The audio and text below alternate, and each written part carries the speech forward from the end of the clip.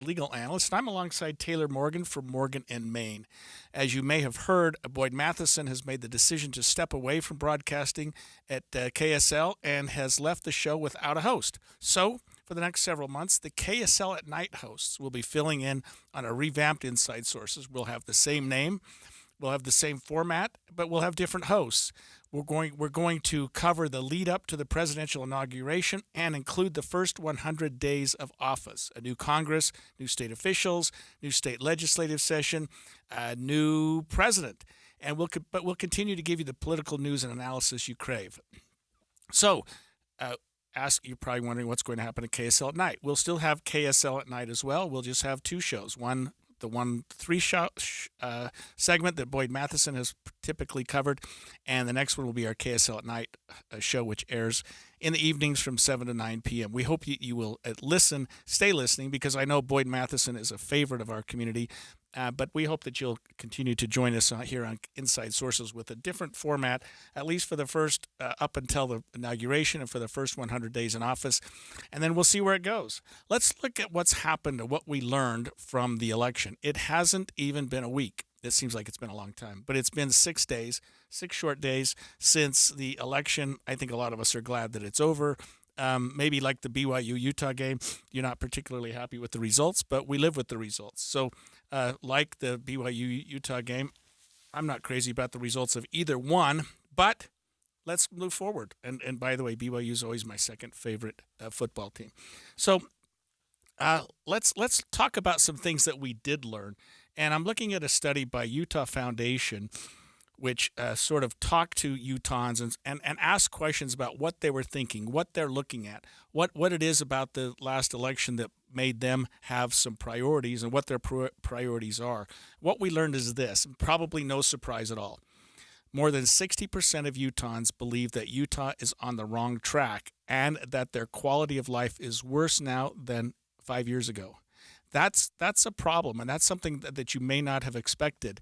The trends should concern Utahns, and knowing voters' concerns such as cost of living, political dysfunction, the environment, and education may help our state's leaders in getting on the right track and improving the quality of life for Utahns moving forward.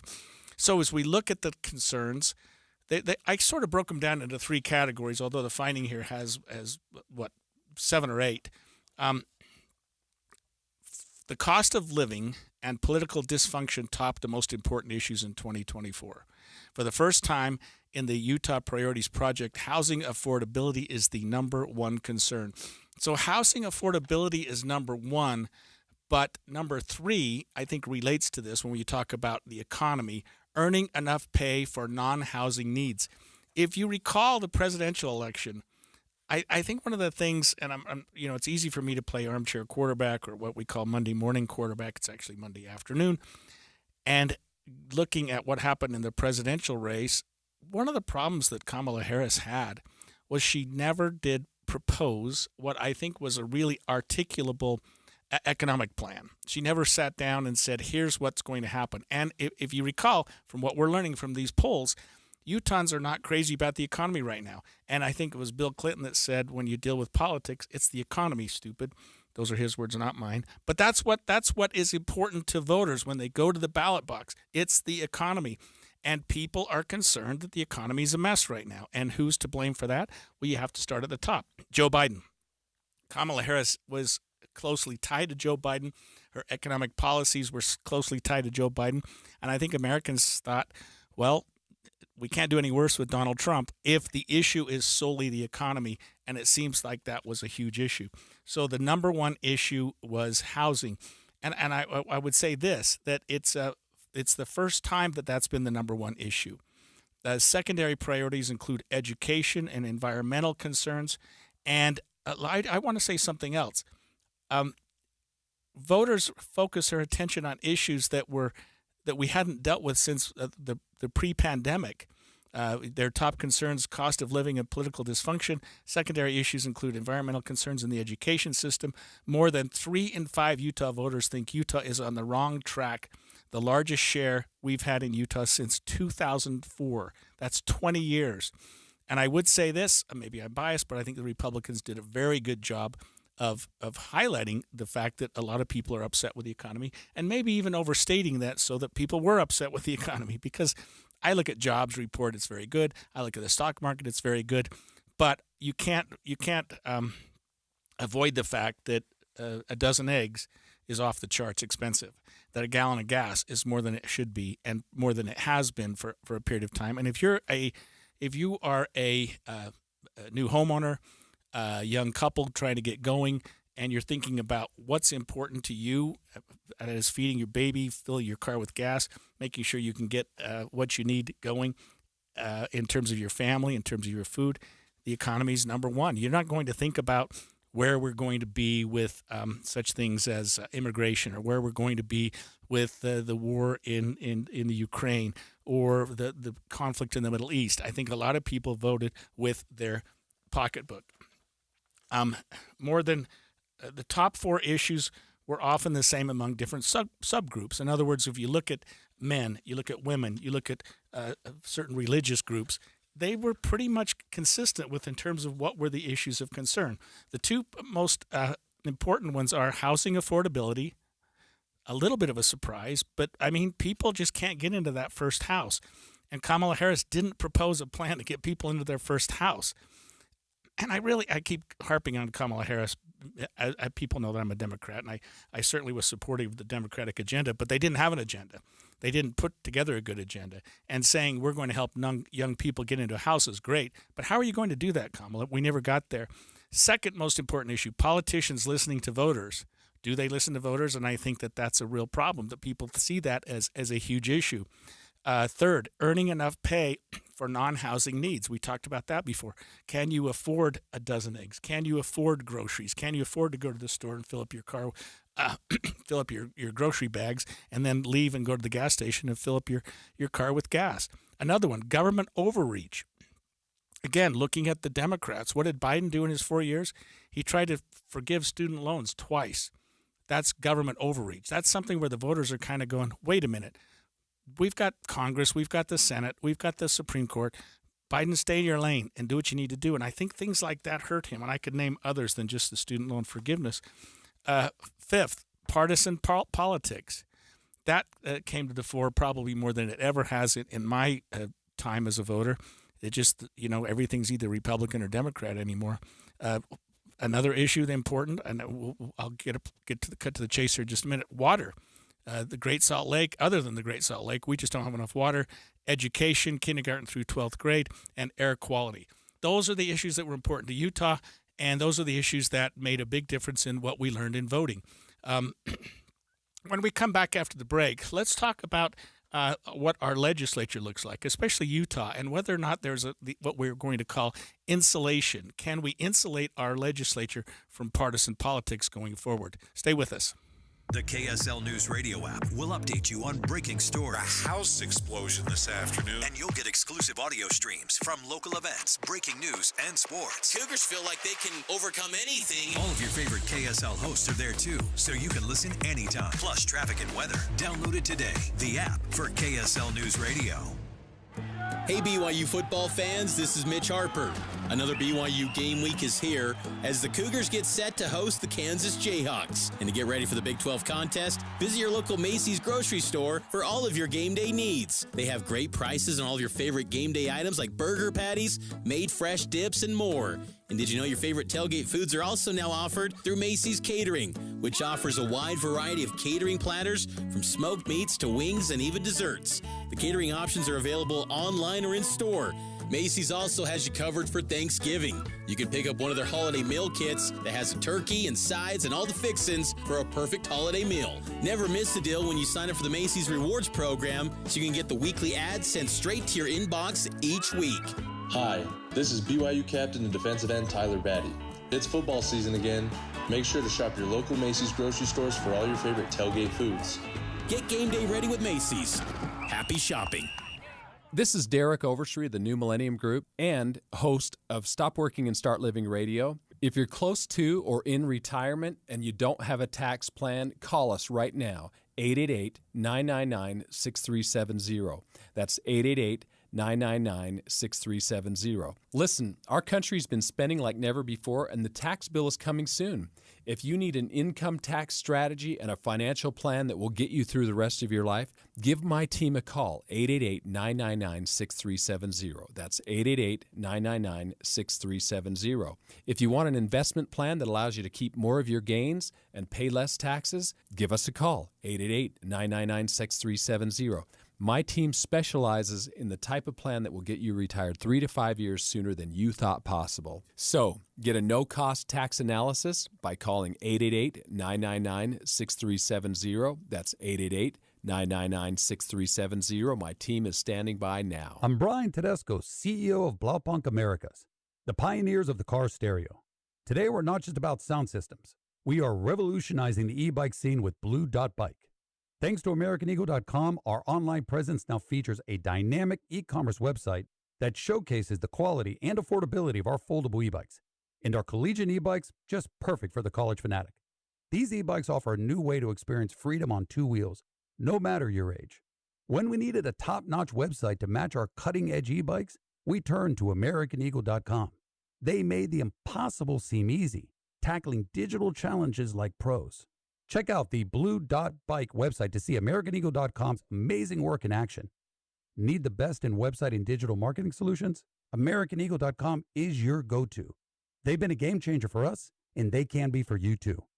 Visit AmericanEagle.com or call 877-WEB-NOW-1. That's 877-WEB-NOW-1. Planning to propose this holiday? Shane Company is ready to help you find your dream engagement ring. We handpick the most beautiful diamonds and colorful gemstones in all shapes and sizes. So when you walk in the door, you can trust your rock is in stock. At Shane Company, we've always sourced directly, cut out the middleman, and pass the savings on to you. We work with your budget, not against it. We'll also protect your ring for life with our free unmatched lifetime warranty. Come see us at shaneco.com and in-store. Shane Company, your friend and jeweler. Any Hour Services can help you make sure your furnace keeps you warm this winter. Whether you need a tune-up, a repair, or a second opinion about replacing it, call Any Hour Services or visit anyhourservices.com. Social Security is with you through life's journey from birth to retirement. As your life changes year to year, so do your needs. For over 80 years, Social Security has helped to meet your needs and is committed to improving access to the services that make a difference in your life. Today, you can verify your earnings, estimate your future benefits, apply for retirement, manage your benefits, and even change your address, all from the comfort of your home. Social Security's online services help put you in control with secure access to your information anytime, anywhere, allowing you to spend more time with family, friends, or simply just enjoying the day. Social Security, securing today and tomorrow. See what you can do online at socialsecurity.gov. Produced at U.S. taxpayer expense. Over the years, you've brought them into your home. You were prescribed opioids after the C-section, when Dad injured his back, when your basketball star tore his ACL. Opioids helped with the pain, and you held on to them just in case. But did you know holding on to unused opioids puts your family at risk?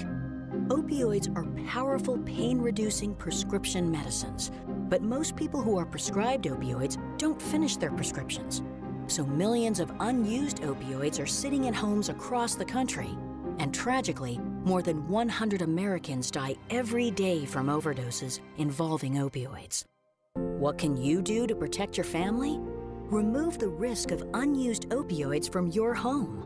Pills, patches, or syrups in drawers, purses, and cabinets, anywhere they might be hiding. To find out how to dispose of them properly, visit www.fda.gov/drug disposal. With the three things you need to know this hour, I'm Dan Bomas. First, Salt Lake County's public safety bond doesn't look like it's getting quite enough voter support to win. They're still counting votes. Second, lighter winds helping firefighters in New York and New Jersey. And third, BYU climbing in the national polls after last weekend's win over Utah. The Cougars now up to number 7. 68 degrees and sunny in Salt Lake City. Back to Inside Sources on KSL News Radio. Inside Sources. Inside Sources on KSL News Radio. You're back with us on Inside Sources. I'm your host this afternoon, Greg Skordas, alongside Taylor Morgan, and we are looking forward to what the Utah legislature is going to do at its next session. Some blue states like California have been spending a lot of their time since the election trying to strategize how to guard against federal GOP policies. Utah's legislature doesn't have that problem, but they're looking ahead, thinking maybe 4 years from now, or California's got to do something 4 months from now, thinking ahead, what can we do to shield ourselves against Democratic priorities? The legislature, especially the Republican caucuses, got together and have picked the same leaders that they had last year, at least the two at the top. Senate President Stuart Adams of Layton, House Speaker Mike Schultz of Hooper have both been reelected to their positions as leaders of those two bodies.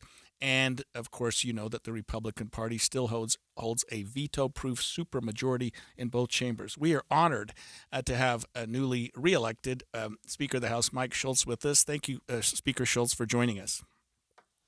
Greg, thank you for having me. I'm excited to be here with you and your listeners this afternoon. So tell us what the legislature's priorities, or if at all, Mike, change with the administration coming in as Republican, especially from the top. I mean, the president, obviously, the Senate is shifting Republican, and by all accounts, the House is going to be Republican as well. What does that trickle down to the state of Utah mean? Well, Greg, great question. And I just want to say, so this started well before this last year, and it's the federal overreach from the federal government and coming in and trying to tell states like Utah, like Wyoming, like Idaho, that they need to have the same policies as basically California, Oregon, Washington, and the more liberal states across the nation. And to the point to where we were having administrative rules coming at us on a regular basis. Now, these weren't rules that were passed by Congress. These were rules passed by the Biden-Harris administration, as well as the bureaucrats inside of Washington, D.C., trying to shape what Utah looks like from Washington, D.C. And so, we haven't forgotten about that. Those, are things that, we're not going to have to worry about in regards to a Trump administration. But it is something that we need to keep in mind that it could change back to if the administration changes in the future. And so that's where we would like to see Utah partner with states like California, who now all of a sudden doesn't want federal overreach as well. Utah is going to stay consistent. We don't want federal overreach from Democrat administration or Republican administration. We want the federal government to stay in their lane and not focus on telling states what to do. Let the states make those decisions. And so we really think there's an opportunity now to work with other states. I think it's a bipartisan issue that says let Utah run Utah and let California run California. But let's get the federal overreach out of the states. Speaker Schultz, before we go to the nuts and bolts of dealing with federal overreach, are we talking about? I think a lot of us think about public lands as a big topic there. Are there other issues that we're concerned about here in Utah when we talk about federal overreach? Yeah, public lands is certainly one of the largest ones, but whether it was labor rules or education rules, I mean. The Biden administration attempted a full rewrite of Title IX and allowing biological males to play female sports and use female locker rooms and bathrooms. And like those types of things are not okay. And, air quality is an important part. It's something that we take very serious here in Utah. We've moved the needle. Our air today is actually much cleaner than it was a decade ago. It's an area that we're improving on and getting better on. However, the federal government set a standard that is not even practical to achieve here in Utah. I mean, we could take every form of human activity out of this basin and still not meet the standard that was set by the federal government because it was based off of stuff back east, and they applied it to here in the state of Utah. So things like that is some of the things that we're really going to focus on, working with a Republican administration, the Trump administration, as well as a Republican Senate and a Republican House. We think there's an opportunity there where we can come together with some of the blue states that don't want the federal overreach as well. And so tell us, let's get into the nuts and bolts. And what can states do? What would be the plan if I were in California? And it sounds like it's bipartisan, so they may be doing something in California that we're going to model a little bit here in Utah, only with it through a different lens. Yeah, I think one of the areas where we would like to see is we'd like to see Congress pass some legislation reining in the federal bureaucrats, the unelected bureaucrats. We'd like to see some of that legislation passed. I think because really it hasn't been bills passed by Congress that's caused Utah the problems. The problems come when the change of administration happens, and then the bureaucrats from Washington D.C. pass rules that isn't passed or even vetted by Congress, and try to force it onto the states. And so we'd like to work with our Washington delegation from here in Utah, as well as others across the states and nation, to pass legislation that reins in the federal bureaucrats and what they can do as far as rulemaking that would affect the states. Speaker Schultz, thanks so much for joining us here on KSL Inside Sources. This is Taylor Morgan.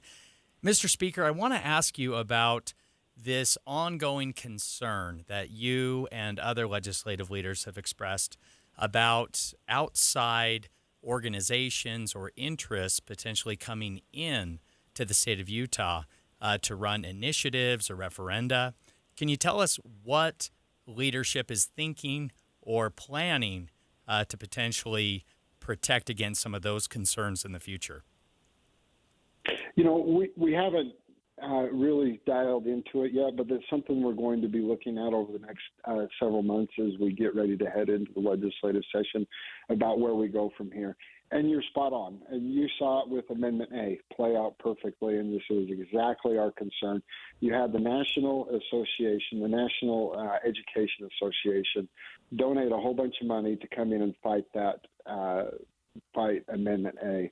And by the way, the school boards associations as well as the superintendent associations all supported Amendment A, but for whatever reason, the UEA and specifically the NEA in this case were opposed to it, so they dumped a whole bunch of money into it. They ran TV ads for a short period of time that were absolutely false.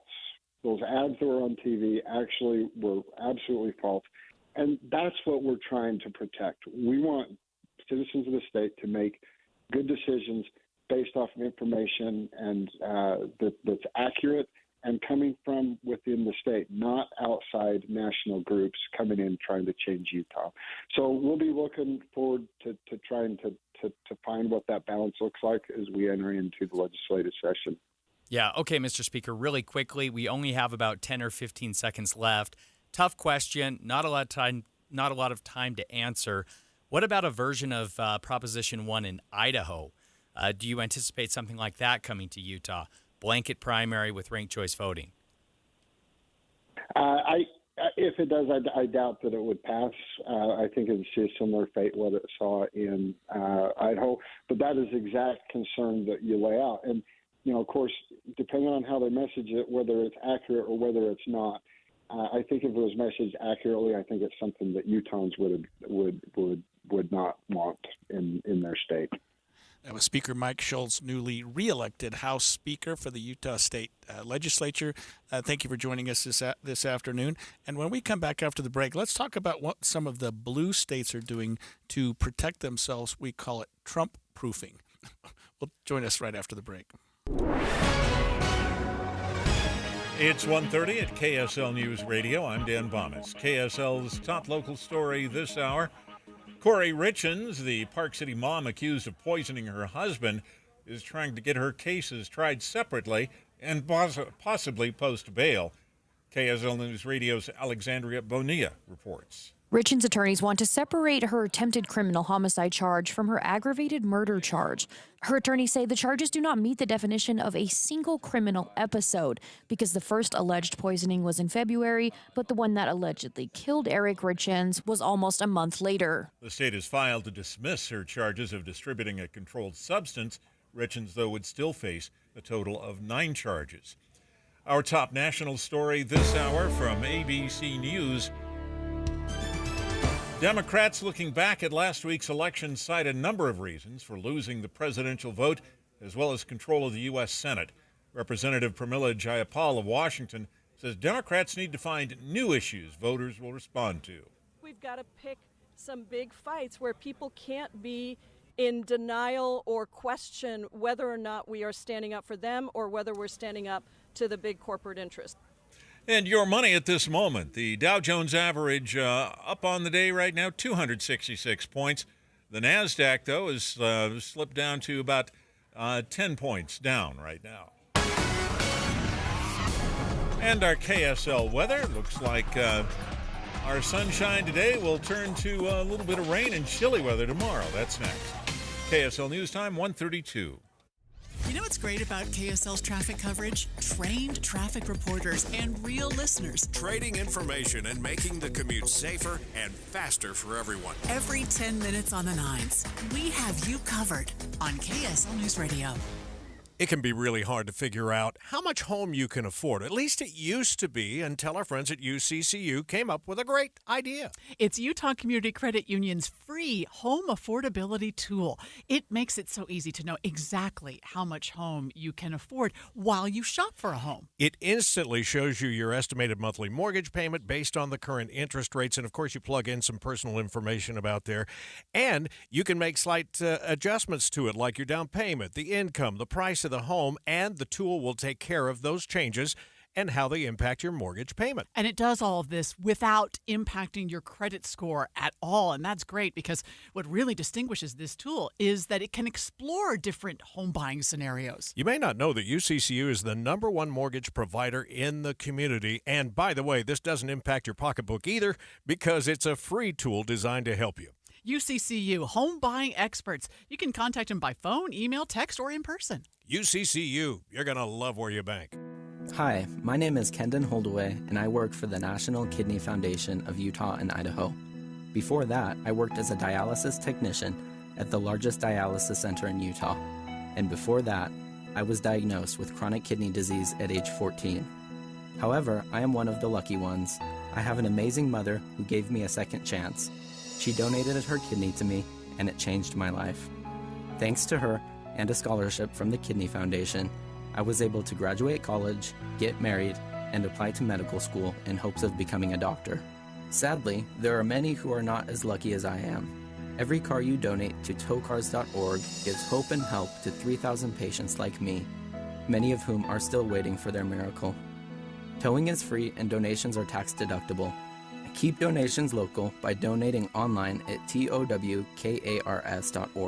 That's tow cars with a K, like kidney. At the UPS store, we know being a small business owner means holiday time is still go time. Still get those orders shipped time. And still re-up on stamps and supplies time. That's why this upcoming holiday, while others close up shop, we'll be open. And happy to help you keep being unstoppable. Come into your local store today. Most locations are independently owned. Product services, pricing, and hours of operation may vary. See Center for details. The UPS store. Be unstoppable. This is the story of the one who, as a maintenance specialist for a historic high-rise, knows that vintage charm historically needs constant attention. Which is why when it's time to upgrade turn-of-the-century mechanicals, they turn to Grainger. With easy access to 1 million-plus products and the scale to deliver when and where you need them. The right tools and supplies are never far away. So the one can keep that vintage building running like new. Call, click Grainger.com, or just stop by. Grainger, for the ones who get it done. Traffic and weather together, brought to you by Sinclair's Dino Pay app. Save up to 20 cents per gallon. Here's Ricky Neese. We are looking at a crash-free commute on your Salt Lake County freeways, a delay-free drive as well, but you do have a lane restriction northbound on I-15 approaching the South Interchange due to road work. Don't miss the Rocky Mountain Gun Show, Saturday and Sunday, November 16th and 17th at the Mountain America Expo Center in Sandy. Get 500 rounds of 9mm ammo for just $85. Ricky Meese in the KSL Traffic Center. We're having a warm day before a storm moves in tomorrow. Our high today in the upper 60s, 43 with rain showers tomorrow, mostly dry and in the 50s through the rest of the week. 68 degrees and sunny right now. I'm Dan Bomas from the KSL Common Spirit Health Studios. Listen online at kslnewsradio.com. We're Utah's news, traffic, and weather station. Inside Sources. Inside Sources. A new presidency, new state leaders, and a new legislative session. Utah's top political experts discuss the day's biggest stories. Only on KSL News Radio. Welcome to the new Inside Sources. This is Taylor Morgan here with Greg Skordas. Greg, I am so excited about this new Inside Sources, the opportunity that you and I and other KSL at Night hosts will now have regularly from 1 to 3 p.m. weekdays live to come in and talk politics, share all of our thoughts and opinions. Greg, usually our show is pre-recorded for KSL at Night, which means we are live, yes. And I'm going to temper maybe some of my more irreverent jokes. Yeah, there you go. But I'm not going to start now, Greg, because I have to lead off this segment with stating that Democrats are freaking out following Donald Trump's win. Now, that's not just me, actually. That is a headline in The Hill. Quote, Dems freaking out, exclamation, exclamation. Governor Gavin Newsom and blue states are now trying to Trump-proof policies. Greg, what does this mean? As the blue team representative here on Inside Sources, what are these states trying to do? Well, it's interesting. I don't know. How do you Trump-proof something? But luckily, we had Speaker Schultz with us at the last segment, who talked about looking forward to maybe whoever the next Democratic president might be, proofing our state that way and becoming a little bit stronger in terms of states' rights. And what he talked about was a bipartisan push. California, like you say, Gavin Newsom, the blue states are doing something to Trump-proof things. But even Utah is looking forward to making sure that there are some policies and procedures in place so that if and when, of course, there will be a Democratic president again someday, how does Utah protect itself against that? So I think there's going to be a big push this year, led by the blue states, of course, which the red states will follow and say, okay, what's good for the goose is goose for the gander. Now, I can understand, Greg, why some blue states are indeed freaking out following Election Day, because it's not just Donald Trump's win, a commanding win, right? A large margin of victory for Donald Trump, not only winning the Electoral College, but winning the popular vote. First time in over 20 years. Over 20 years yes. that a Republican has done both. Also, Greg, it is looking most likely that Republicans will hold on to a majority in the U.S. House of Representatives. And so if you are a blue state and a blue state governor, not only do you have Donald Trump, but you are also going to be dealing with a Republican-controlled Senate and a Republican-controlled House. This means we have a politically unified government in terms of the White House and Congress. And I think it's safe to say, and you can push back because you're the legal expert, even the Supreme Court. I was going to say, even the Supreme Court So across is a all supermajority. branches of government, we have a Republican government. So, of course, if you're Gavin Newsom, governor of California, Democratic governor, you might be worried. Let's listen to what Governor Newsom said. We're not going to shrink and we're not going to shy or fall prey. This is a moment where you've got to focus on what you can control. And what we can control is our response.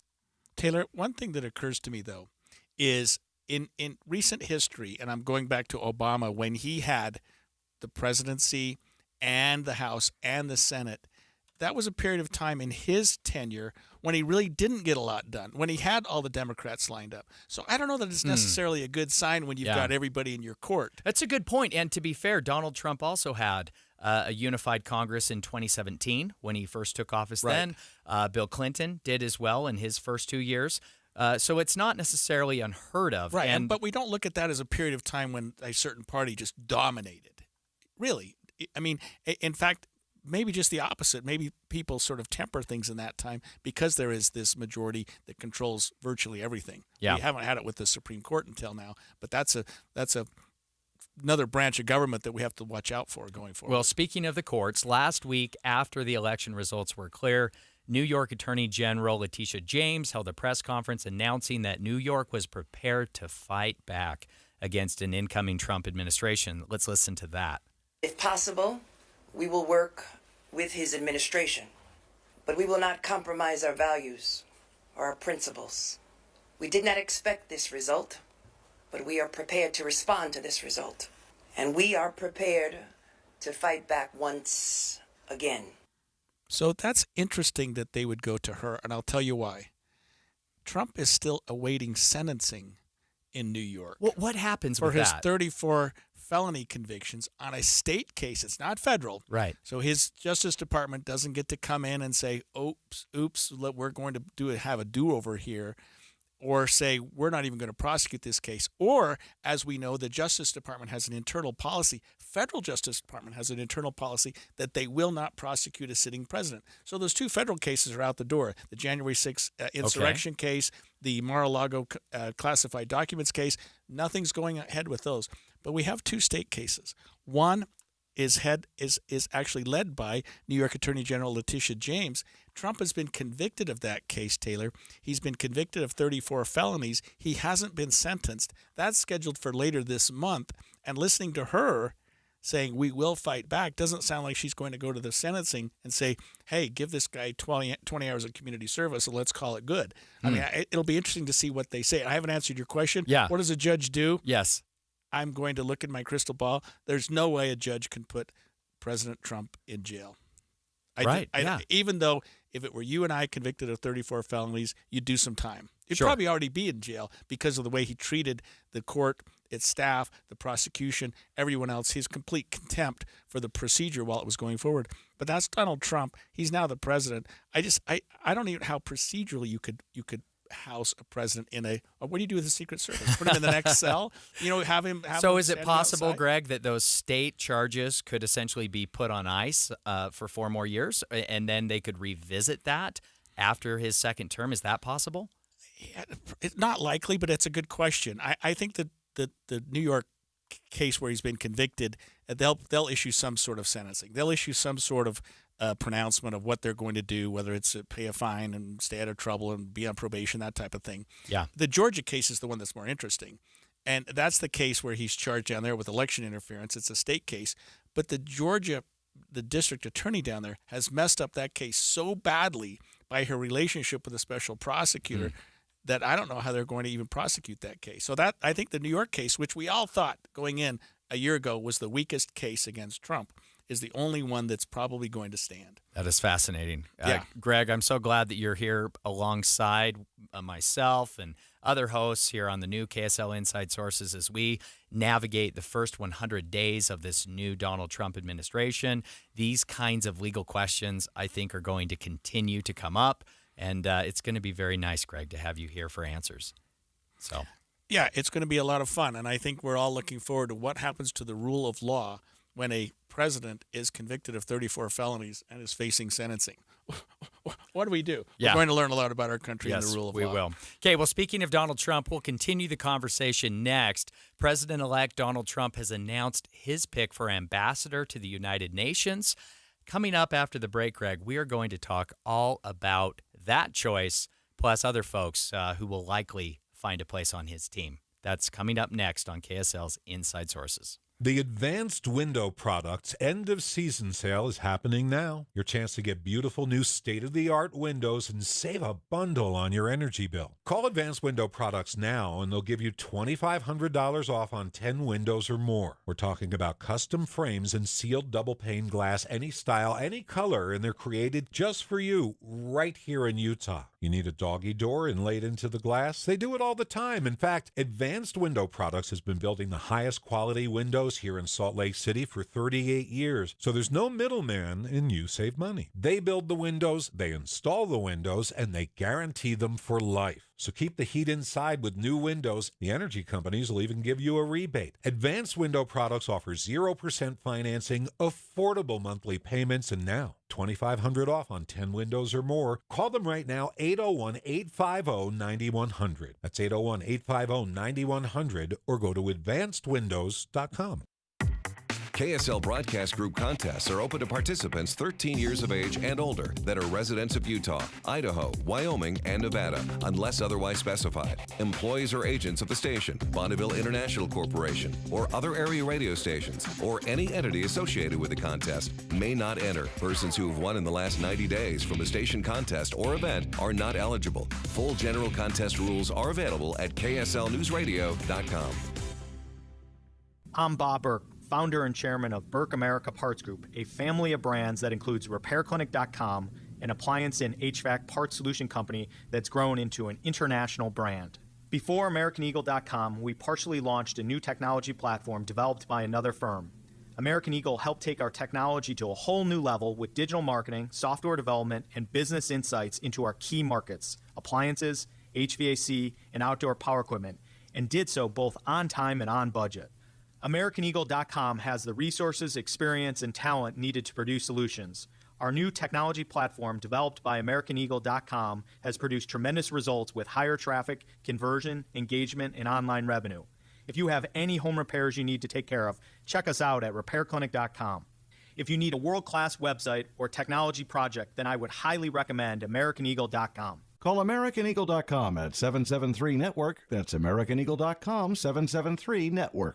Most of us like to be out in the sun. That's why sunscreen and other safety measures are key to protecting your skin from aging and cancer. The FDA recommends using a sunscreen with a sun protection factor, or SPF, of 15 or higher. Also, look for broad spectrum on the label. That means both harmful ultraviolet A and B rays are blocked.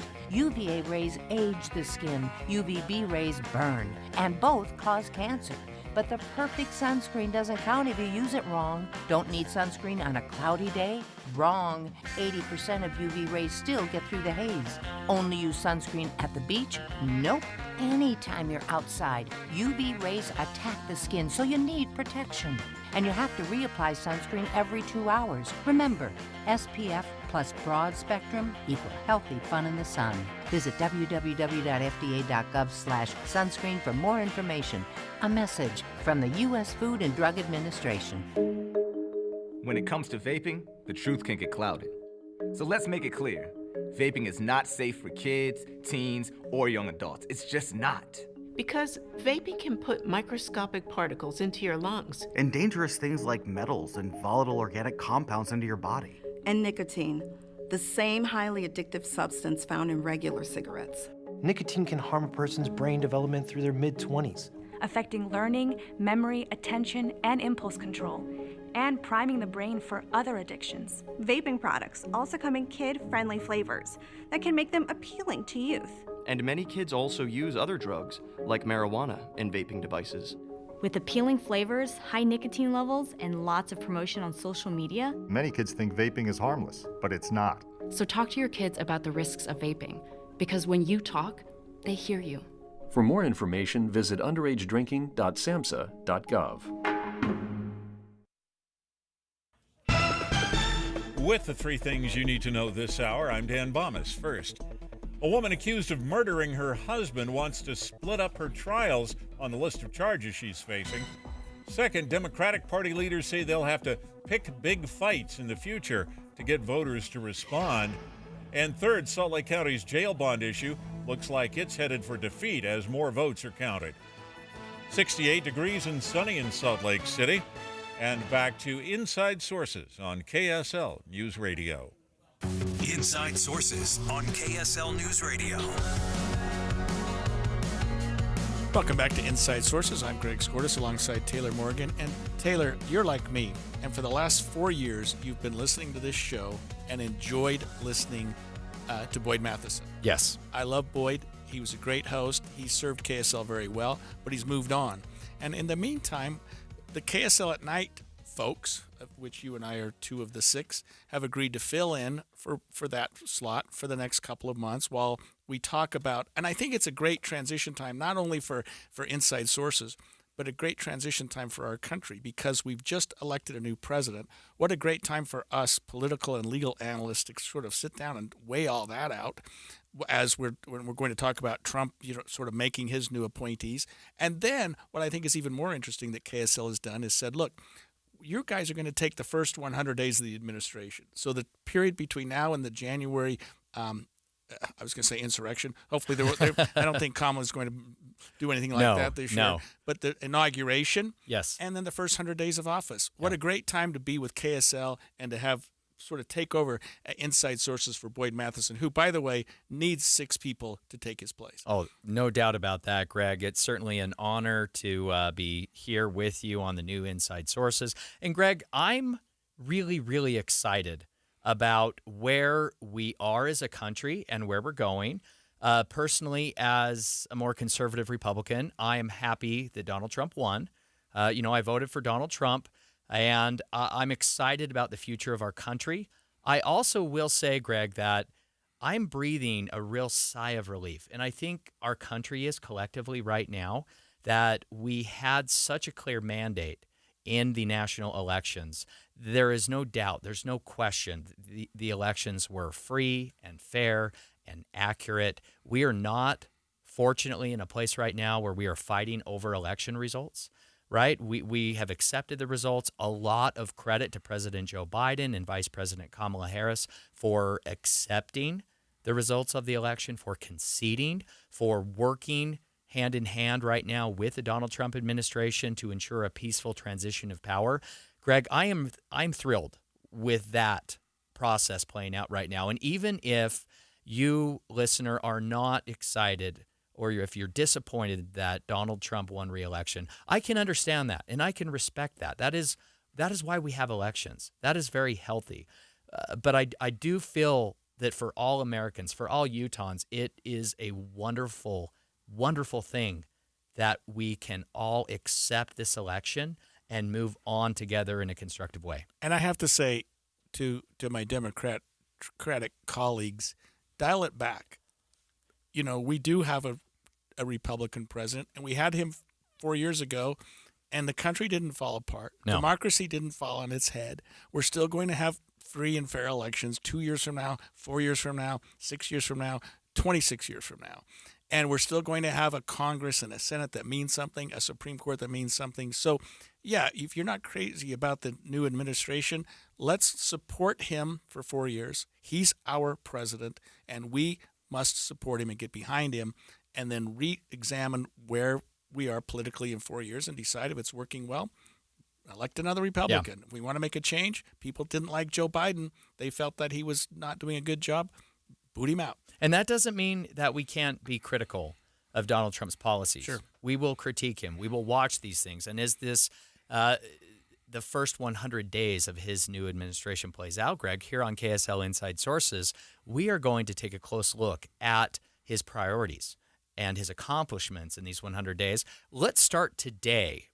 As Donald Trump assembles his team, the question at hand is who will make up this new Donald Trump administration? Who is Donald Trump going to appoint to some of these key positions? And Greg, you caught this earlier in the studio. Donald Trump today announced one such key appointment. Yeah, Lee Zeldin, former New York Republican congressman, is going to be the head of the EPA. I don't know much about him. He certainly looks good on paper. I mean, he's got a very, very outstanding record from what he did for the people in New York. But yeah, he's going to be the new head of the EPA. And I think, Taylor, correct me if I'm wrong, it's smart of Trump to come in and start making these announcements. We're not even a week out, but he's already laying the groundwork for his new administration, giving us an idea of who's going to be in any position. Let me ask you this. I know that one of the controversial messages that helped define this 2024 election consisted of many of Donald Trump's former staffers being very critical of him and, in fact, appearing in ads for Kamala Harris. At this point, Greg, I think Donald Trump has a choice to make as he puts together this new administration. Does he go strictly with Donald Trump loyalists, or is he now willing maybe to branch out and appoint someone who has been critical of him in the past to a new administration? Yeah, I don't see that happening in a million years. I think loyalty are his three most important character traits for people in his administration. Understandably so. And that's not just a Trump thing. That is a politics thing. No, I remember working with the Democratic elected leader in this state, and he told me the same thing. His first three priorities were loyalty. So, yeah, I mean, I've already heard that he's not going to find a place for Nikki Haley anywhere in his administration. Not that she hasn't been loyal, but she ran against him. Right. That sort of speaks for itself. What about Marco Rubio then? Marco Rubio, he was loyal and he stayed loyal. There were maybe short periods where Marco Rubio seemed to be questioning publicly his loyalty to Trump. Where do you think he ends up? Nowhere. I don't see him as part of the equation. I mean, he's been a good Republican. He's served the party well. Maybe he'll find a place eventually. But no, I don't see him being part of the administration. We do have a couple of other people. Well, it looks like while you're mentioning Marco Rubio, I'm looking at this. The vice chairman of the Senate Intelligence Committee and a senior Foreign Relations Committee member was on the short list to be Trump's running mate. That was Marco Rubio. Where could he land? Looked like he's in the running for Secretary of State, CIA director, National Intelligence director. So maybe I spoke too soon. But there are some people who know a lot more about the administration, a lot more about Republicans than I do, that say he could be on a short list for a couple of these positions. But I do think you're right, though, Greg. I do think that Senator Rubio and Donald Trump would need to reconcile a bit, bury the hatchet, and so it's not out of the question that Donald Trump might still hold some ill will towards Senator Rubio at this point. But let's talk also about Elon Musk. Yeah, I was going to ask you this. That's probably the most exciting name out there. As we all know, Elon Musk became a fixture at Donald Trump rallies, a big part of Donald Trump's campaign in the last few months. He donated $100 million of his own money to help support the Trump campaign. Where do you think Elon ends up, Greg? If we had it like they do in, Pinocchio, the Island of Misfit Toys, and we had the administration of misfit leaders. Hey, now. I'm sorry, but Come I on, think Greg. I think there's got to. I think Elon Musk has a lot to offer. Yeah. I just don't know that he pigeonholes into anything that's currently there. So I'm being a little bit facetious, but maybe there's some position or some place for him to be. He certainly took up the Trump banner months ago in a way that surprised a lot of people. I think he was important to the Trump reelection. Yeah. I think a lot of people followed him and thought, well, if Elon Musk likes him, or for that matter, Robert Kennedy, some people that you thought, whoa, if they're liking Trump, maybe I should. I'll give you the misfit when it comes to RFK Jr., Robert F. Kennedy Jr. there, yeah, Greg. Okay, what's that? He's an interesting choice. He could end up at Health and Human Services, maybe as director, cabinet level position. If that's the case, then that is certainly something that we need to watch. Elon Musk has been talking a lot about this Office of Government Efficiency that would essentially cut and reduce government waste, government spending. That is something worth watching. Maybe we should just give him NASA, just let him take that over and, there you go. Blend with SpaceX somehow. A lot to watch, a lot of questions, Greg. Certainly something we will be tracking here throughout the Donald Trump administration on the new KSL Inside Sources.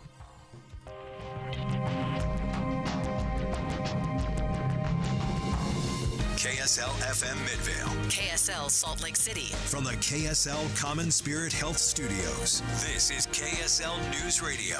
Utah's news, traffic, and weather station. It's 2 o'clock at KSL News Radio. I'm Dan Bomas. KSL's top story this hour. University of Utah Athletic Director Mark Harlan has cost himself $40,000 for criticizing the officiating in the Utah loss to BYU. Harlan made his way to the postgame microphone after BYU was given new life by a controversial holding call late in the fourth quarter. We won this game. Someone else stole it from us. Big 12 Commissioner Brent Yormark has since said there's a right way and a wrong way to voice concerns and said Harlan did it the wrong way. Harlan has since responded, saying there are more appropriate times and avenues to express those concerns, and he accepts the consequences of his decision. Our top national story this hour from ABC News. If your luggage goes missing the next time you fly, you could be able to share the Apple AirTag tracking information with the airline. Until now, the airlines were not equipped to use that information to find your bag. Thanks to a new Apple update, AirTag owners can now directly share the AirTag location with a number of participating airlines, including United and Delta. Your money at this moment, the Dow Jones average up now 304 points on the day. The NASDAQ is up right now about 12. And our KSL weather looks like our sunshine will turn to cooler weather and maybe rain tomorrow. That's next. KSL News Time 2:01. I'm Utah Tax Attorney Jordan Wilcox. Listen to what actual clients have had to say about working with us. I'm Paul. I'm a contractor. I had a tax problem that was pretty significant. Needed some help with the IRS. I had prepared my taxes for a few years, but when I went to file them, I didn't have any money to pay those taxes. And so I just filed the returns in my drawer and went about my business. And about 3 years went by when I did that, and pretty soon I owed $102,000. And I met with Jordan, and we talked about the hole I dug myself into. And from start to finish, the process was encouraging, supportive, saved me about $80,000, $102,000 to $22,000. No complaints. Hi, I'm Jordan Wilcox. You need a tax attorney that's not afraid to fight for you. Visit taxhelput.com to schedule your free consultation. The relief is immeasurable. That's taxhelput.com. At Macy's, our famous Kong Cone is here to add a sweet chill to your autumn adventures. Whether you're crunching through leaves or cozying up with family, this towering cone of creamy goodness is the perfect fall companion. Stop by Macy's today and grab a famous Kong Cone, because fall is cool, and your treat should be too. Macy's. Happy shopping! A high school sport is hitting pay dirt across the country. The largest teams in the nation are all here in Utah. Fierce competition is bringing in big bucks, $1.87 million to our county, to small Utah towns. It turns into a mini city. Every hotel will be full. Why small towns all over Utah are investing in big plots of dirt. They would have never come here otherwise. KSL gives you the inside track on Mountain Bike Mania, pedaling tourism, tonight at 10. When Dee and I build our new home, and it's almost been 10 years now, I think of all of the appliances that we put in that house, and I cannot tell you how many of them already we have had some major repairs and even replacements. You know the one thing that I haven't given a second thought to? It's the Connecticut soft water system. It is remarkable. We've had two systems in two different homes, and not once have we ever called with an issue to my friends at Connecticut. It's time for you to call Connecticut. If you're replacing an old system or if you're building a new home, whatever it might be, you will be amazed at how efficient the Connecticut soft water system is. For example, when your neighbor puts in 3 bags of salt in his or her system, you will be putting in only 1. It's remarkable how efficient it is. Give them a call. Great people to do business with. Call Northern Utah's authorized Connecticut dealer at 801-576-8600 or go to softwaterutah.com. We hope you have the right app on your phone for news. You probably have dozens. But the KSL News Radio app, well, it makes our live stream super easy. Plus, our talk shows are right there as podcast for your workday. That's the app for KSL News Radio. Traffic and weather together, brought to you by Sinclair's Dino Pay app. Save up to 20 cents per gallon. And here's Ricky Meese. We had a stalled vehicle in traffic southbound I-15 on the exit ramp at Center Street, Provo, blocking a right lane. Looks like that's cleared, and a right lane is still blocked with road work northbound I-15 approaching the south interchange. It's Foothill Rug Gallery's semi-annual sale, the biggest savings of the year, up to 70% off. Foothill Rug Gallery's semi-annual sale now on 1460 South Foothill Drive. Ricky Meese in the KSL Traffic Center. We'll have a pretty warm afternoon, but then followed by a storm moving in and temperatures only in the 40s here for tomorrow. And right now we're at 70 degrees already and sunny skies. I'm Dan Bomas from the KSL Common Spirit Health Studios. Listen online at kslnewsradio.com. We're Utah's news, traffic, and weather station. Inside Sources. Inside Sources. A new presidency, new state leaders, and a new legislative session. Utah's top political experts discuss the day's biggest stories. Only on KSL News Radio. And a new group of hosts for Inside Sources. Boyd Matheson has taken another position. I don't know what he's doing, but knowing Boyd, it's probably something huge. And filling in today, we've got Greg Scortis and Taylor Morgan from KSL at Night. A week ago, right today, we were having this discussion, Taylor. This election's all going to come down to North Carolina. It's all going to come down to Pennsylvania. It's all going to come down to Georgia, Nevada, Arizona. I'm sure I'm missing a couple. And we're talking about these swing states, these purple states. If Kamala wins this one, she'll win the election. If Trump doesn't win this one, he'll lose the election. Well, as it turns out, we're learning today that Trump has now taken Arizona. So, in fact, he took all seven of the swing states. Yeah. So what did the pollsters get wrong? I'm looking at this going, were we all being fooled? I mean, Trump's got 312 electoral votes. Harris has 226. He beat her by almost 100 electoral votes, and he won, by all accounts, he's going to win the popular vote and won every swing state. Why were the polls so wrong? Well, Greg, I am going to disagree with you on this segment, and I'm going to say that the polls weren't wrong. The polls really, I thought, did a good job of capturing this race in time as it progressed toward Election Day. Now, we need to pump the brakes, and as voters, as citizens, and those of us in the media, we all need to maybe rethink how we see polls, how we digest them, how we talk about them. Polls are not predictive. I say that over and over. And what I mean by that is a good poll is merely a snapshot in time that is capturing where voters are in a given universe, whether that's a state or a certain city or area, where those voters are relative to candidates or issues for a specific and limited moment in time. Now, if you string enough polls together over a longer period of time, you can capture a trend.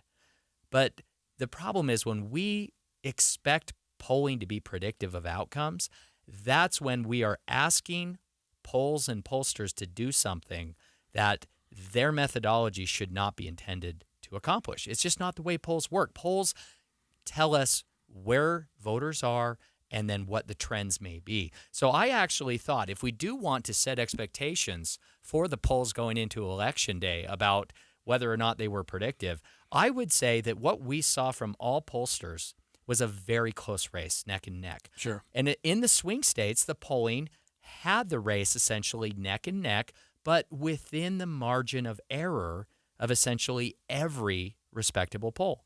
The margin of error was anywhere from 3% to upwards of maybe 5%.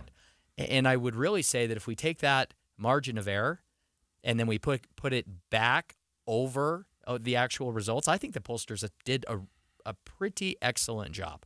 Yeah, I mean, certainly Trump's internal polling did. But if you recall, 8 years ago, and this is one that I got wrong, Hillary Clinton looks like she's ahead in all the polls, and she gets hammered. And this was against a Trump that people thought, who is this guy? I mean, we all knew who he was, but in terms of politically, people didn't really have enough respect for him. Fast forward to 2024, we know who he is. We know what he's about. We know his popularity. Mm-hmm. We know the crowds he's drawing. We know what he's doing when he travels around the country. He's like a cult figure. I mean, he's just this very important person to so many people.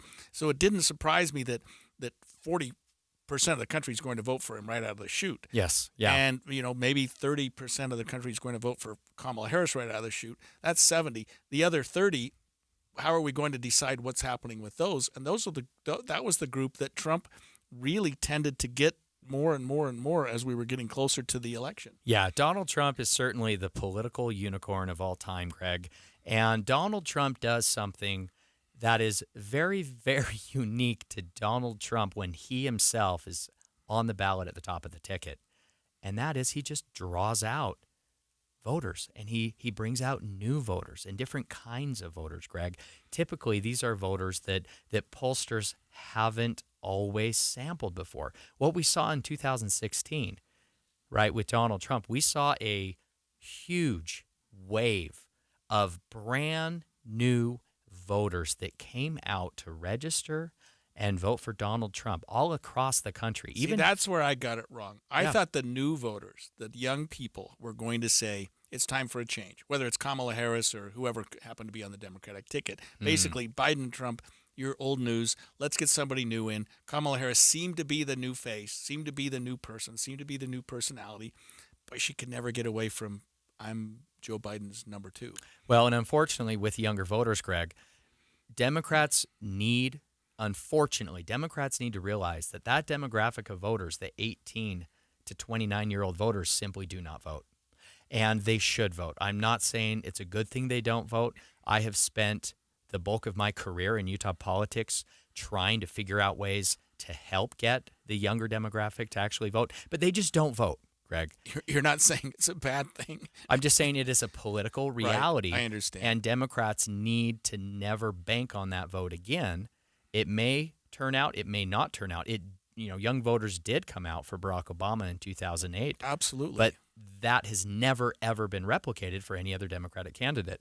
And so Democrats cannot bank on that. But getting back to Donald Trump, in 2016, we saw millions, tens of millions of brand new first-time voters come out to participate just to vote for Donald Trump. Greg, I think we saw another case of that this year. With this election, we saw Donald Trump voters come out of the woodwork. The difference in the polling, though, was pollsters had a better handle on those folks. They knew who the likely non-regular but reliable Donald Trump voters are and could be. And so pollsters had a better handle on that universe this cycle. And I think we saw that reflected in the polls going into Election Day. Yeah, but as we were leading up to the election, and I agree with everything you've said, I really do, and I almost always agree with you. We were hearing from the Pennsylvania authorities that they were getting more votes coming in, and they assumed it was Democratic voters, that people were coming out as the mail-in ballots were starting to come in. Huge influx of ballots, I think, must have been from areas where there's a lot of Democratic support, and it's looking like Kamala's got Pennsylvania. This is a no-brainer. Yeah. But she lost Pennsylvania. I mean, she lost every swing state. She did. Yeah. And I know our listeners all know that. I'm still stunned by it. Yeah, don't forget that in 2020, the Donald Trump campaign actively told their supporters to not vote by mail or early or by some of these other more innovative methods. That cost him the election in 2020. This time around, Greg, the Donald Trump campaign learned their lesson. They encouraged their supporters to vote early and to vote by mail. And what did we see? We saw a historic change in the rate and in the time, the manner in which Republicans cast their ballots in swing states, even here in Utah. Republicans at a higher rate than ever before cast their ballots in, early at voting centers in various states and also by mail. That is what propelled Donald Trump to re-election in 2024. Yeah. When we come back after the break, Taylor, I want to talk to you about split ticket voting. And I want to talk about what happened to especially Democrats when certain members of the Democratic Party, and I'll talk about Kamala Harris, does well with certain groups, but Democrats going down the line didn't do so well. We'll break that down after this break, and I want to talk specifically about Salt Lake County. Stay with us. Welcome to the Beaumont Assisted Living and Memory Care, where compassion and care are at the heart of everything they do. The newly remodeled community, now under new management and ownership, is dedicated to creating a safe, home-like environment for every resident, thanks to Beaumont's super caregivers. What is a super caregiver? At the Beaumont, super caregivers are committed to delivering wow experiences. They are flexible, teachable, responsive, and compassionate. They create positive interactions, build staff synergy, and excel in open communication and transparency. The Beaumont super caregivers create fun, smiles, and laughter every day for the ones you care about the most. See for yourself at 1150 South Main in Bountiful, where you're invited to visit and experience the warmth and care the Beaumont provides. Visit thebeaumontassistedliving.com. That's thebeaumontassistedliving.com. The Beaumont Assisted Living and Memory Care, where compassion and care come first. Do you know how to tell if a clogged drain is something to worry about or not? What's up, everybody? I'm Mike Wilson with Any Hour Services, and I understand it's annoying and inconvenient, but sometimes a clogged drain can be a sign there's a more serious issue with your sewer main line. If the drains in the lowest level of your home aren't draining, or you flush a toilet and it comes up somewhere else like a shower or a floor drain, I'm urging you to look at this as more than just an annoyance. The last thing I want you to experience is a sewer backup. If you're a homeowner experiencing any of these issues, the first step would be to snake the line to see if it's just a blockage, which one of our drain techs can do for only $29. Yep, you heard that right. Any Hour Services will snake any drain line with normal access for only $29. Sinks, showers, tubs, toilets, floor drains, laundry drains, even that sewer main line that connects to the city. We'll snake any line for just $29. For help with your drain issues, call Any Hour Services at 801-443-7700. You can Google Any Hour Services. You can even schedule online at anyhourservices.com.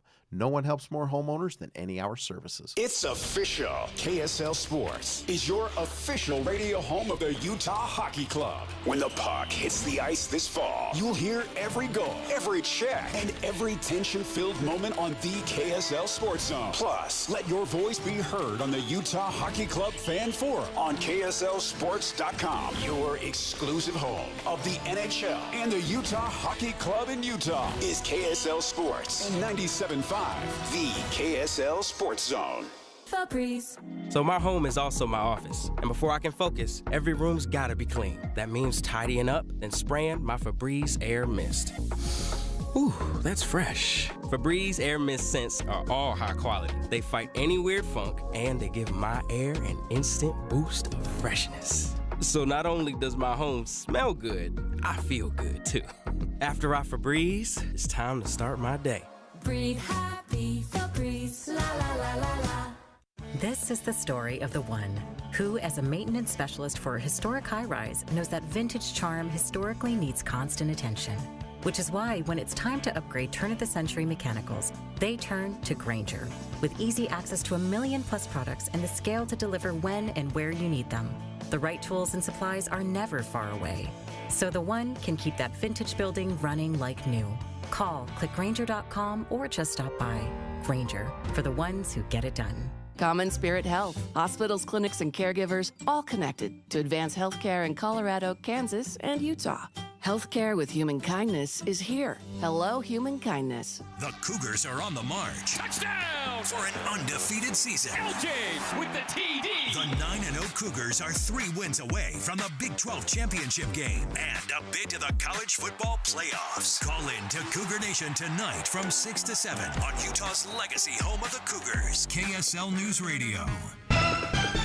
With the 3 things you need to know this hour, I'm Dan Bomas. First, Utah's athletic director will be $40,000 poorer after his complaints about the officiating in the BYU game. Second, next time they lose your luggage, the airlines might be able to use Apple AirTags to track it down. And third, Salt Lake City police handled 9 DUI arrests over the weekend, including one where the driver crashed into a house. 70 degrees and sunny in Salt Lake City. Back to Inside Sources on KSL News Radio. Inside Sources. Inside Sources on KSL News Radio. Welcome back to the all-new Inside Sources. I am Taylor Morgan, partner at Morgan May Public Affairs. I'm alongside Greg Skordas, KSL's legal analyst. And together, Greg, myself, 4 other regular KSL at Night hosts will now be hosting Inside Sources weekdays right here on KSL News Radio from 1 to 3 p.m. Greg, I want to talk this segment about ticket splitting on ballots. Greg, you are a well-known, highly regarded Utah Democrat. You've run for office yourself in the past as a Democratic statewide candidate. Tell me, what is your approach to splitting your vote on the ballot? My personal approach? What is your personal approach? You don't have to tell me for whom you voted, of course. I voted for Republicans this year. I really did. I've learned so much from really, I'll just tell you this, Taylor. I've learned so much from being hosting at KSL because we interview these candidates. We talk to them personally. Yeah. And I would just tell listeners this: listen to the radio, listen to these interviews, learn about these candidates. Because I listened to a couple. I won't mention any names, and you're just sitting there going, "Man, that person's so impressive." He or she is so impressive that I don't. It doesn't matter who the opponent is. I'm going to vote for this individual, and I just that was my. And of course, I'm on the front row. I'm doing the interviews myself. Yeah. You know what I mean? On a lot of these. But really, just listening to them, and I even talked to my wife. I'm like, we've got some good people running for some high positions in this state that are both Republican and Democrat. We need to go through each person. And I did. When we used to do that straight ticket voting, I thought that was an awful idea. I think having people go through and look at the candidates, look at each one, helps them make a decision. I don't know. Maybe you do something different, but I've learned so much by interviewing and talking to people. As a political consultant here in Utah on the Republican side, Greg, I will say that losing that straight party vote, Utah did away with that back in 2018, but losing that on the ballot has negatively impacted Republicans down the ballot. It just because has. The straight ticket voters were mostly That's right. Republican. But on the positive side, if I'm going to take my political consultant hat and set it off to the side and just speak as a Utahn, I think splitting the vote on the ballot is a very good thing. I want to give voters a lot of credit for doing that. Voters are smart, Greg. I spend a lot of time and energy and money in my day job trying to put voters in neat, clean little boxes so that I can try to predict and influence their behavior. And it is, frankly, a very difficult thing to do because voters are intelligent, because voters do think critically, and they approach candidates and issues with their own mind. And it takes a lot to persuade a voter. So I want to give voters a lot of credit. And it's not just here in Utah. We saw this happening also nationally in the 2024 election cycle. We saw really a remarkable shift in voter behavior. Many states experienced this split ticket phenomenon, Greg, and it does defy, the traditional, conventional political expectation. Voters really demonstrated how nuanced they can be when they approach candidates and issues. We saw in some key swing states, Donald Trump may have won these states, but other statewide candidates, for example, for U.S. Senate, Democratic candidates won. So voters don't just go down the line in a partisan vote. Voters pick and choose. So maybe we're not as partisan in this country as a lot of people say we are, where you're either a Republican or you're a Democrat, because you're right. Trump, you would think, with his results, that we would have a supermajority in the House and a supermajority in the Senate. But that's not the way it is. They're both still very, very close. The House hasn't even been called yet. There are a lot of areas where you look at and I'm talking about the swing states, but also other states. I mean, we're talking about states that you would expect, a Democrat to not do particularly well. Voters were taking their time and looking at the candidates and going down ballot and saying, okay, I like Trump, but for this particular race, Congress, or for this particular race, governor, this particular race, Senate, I'm going to vote for the Democrat. And they did, and Democrats won in states where Trump won. Yeah. Specifically, we're talking about Wisconsin, Michigan, North Carolina. In all of these states, Donald Trump prevailed, while Democratic Attorney General Josh Stein won the governor's race. In Nevada, Democratic incumbent Jackie Rosen beat Republican Sam Brown.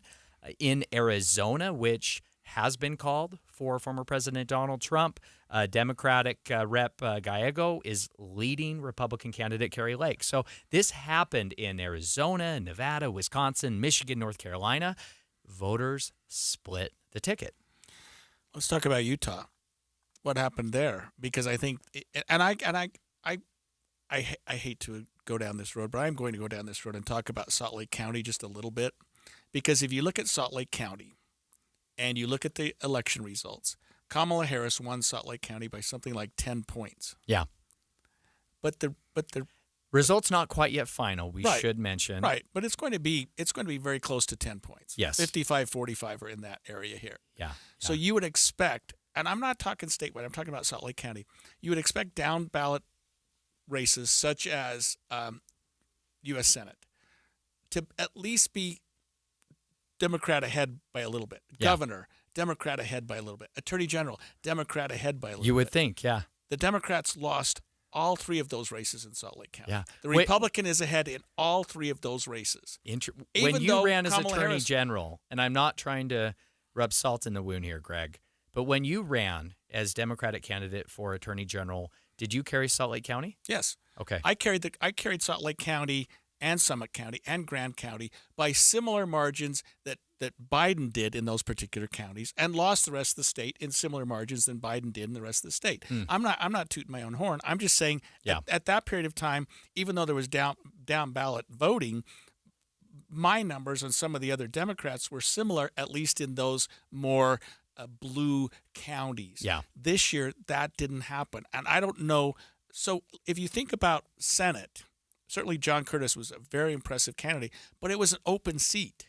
Right. You think about Attorney General, Derek Brown, great guy, good leader, but it's an open seat, and the Republicans hadn't done very well. I mean, 3 strikes, you're out. You would think people would say, hey, wait a minute. You've had Shurtleff, Swallow, and Reyes. Let's put somebody else in. Yeah. Derek Brown beats the Democrat by several points in that race, and arguably he had if you think about Michelle Quist, who actually ran a good race, I would expect that her numbers probably took more from Derek than from the Democrat.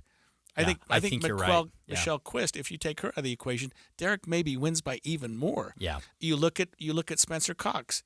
He wins Salt Lake County, but he had to give up a lot of votes to Phil Lyman. Yeah. I mean, Phil Lyman got something like 8%. Those weren't people that were trying to decide between Phil Lyman and Brian King. Right. You know what I mean? So that you put those back in the race, Cox wins by a lot. The Senate race, Curtis and Caroline Gleich, I think was another one where, first of all, it's an open seat. Romney has been seen as sort of moderate, but I think Curtis put himself in there as a moderate himself. And when you get to a statewide race, those moderate candidates come across very, very well. Yeah, no, it's true. And in Salt Lake County, of course, results are not yet final. I have heard from the Salt Lake County Clerk, Lanny Chapman, from her office that we should expect additional results to be posted tomorrow. That's Tuesday, of course, November 12th. Not sure exactly when, but not a lot of outstanding votes, we should say, in Salt Lake County, but just want to make it clear for listeners that a lot of races are still too close to call. Sure. What we're seeing, I think, Greg, is that a targeted get-out-the-vote effort by Utah Democrats, by the Utah Democratic Party. We spoke with Democratic Party Chair Diane Lewis and the Vice Chair on KSL Oscar at 9 Mata. last week, and they explained how they were spending significant time and resources targeting Salt Lake County Democrats to get out and vote for Harris. I think that effort was successful. I want to give them some credit for that. Now, those Democratic voters came out and voted for Harris, but what they did not do, Greg, is go down the ballot. Vote down the ballot to vote for all the Democrats. So in this scenario, this year, you could argue that Democrats in Salt Lake County suffered from not having that straight party vote in a lot of ways. Good point. Yes. I will say that a lot of credit to Harris. All of the polling, and again, my point that polling is not predictive again, but all of the polling leading up to Election Day, specifically in Salt Lake County, had Kamala Harris winning Salt Lake County by 5 or 6 points.